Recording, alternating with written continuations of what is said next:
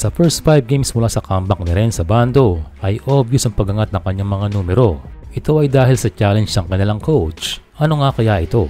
At kamusta ang pagangat ni Francis Lopez sa Japan B-League? Unahin natin sa Liga ng Japan. At this early ay tita ang tiwala ng kanilang coach para kay Francis Lopez. Technically ay mas maswerte pa ito noon kaysa kila Carl Tamayo at Justin Baldazar. Sa kabila ng pagiging rookie after college, ay mayroong role itong si Francis sa team. Katulad nito na be a defensive player, mga chase down blocks na parang si Abando sa Korea. Well, alam na kanilang coaching staff na mga Black Americans na magagamit ang athleticism ni Francis Lopez. Mas bata, ibig sabihin may energy, kaya bagay siya sa depensa.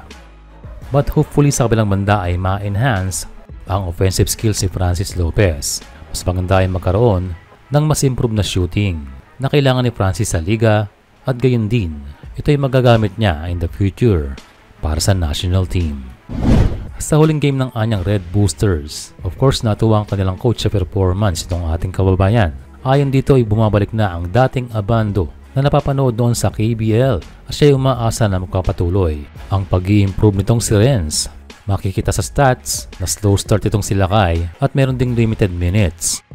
Pero sa last 2 games nitong weekend ay ibinigay ni coach ang kanyang tiwala dito sa ating kababayan.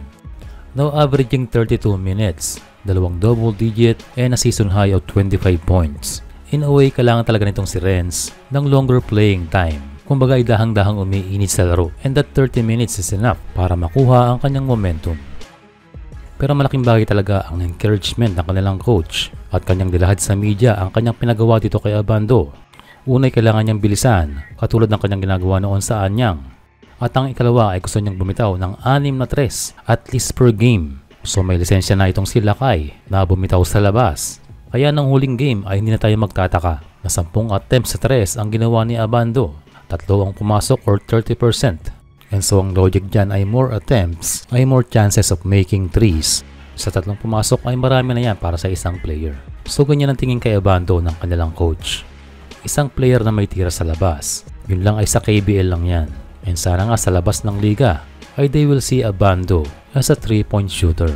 Syempre no daw si depensa pero maganda rin pagkatiwalaan ang ibang area ng kanyang game.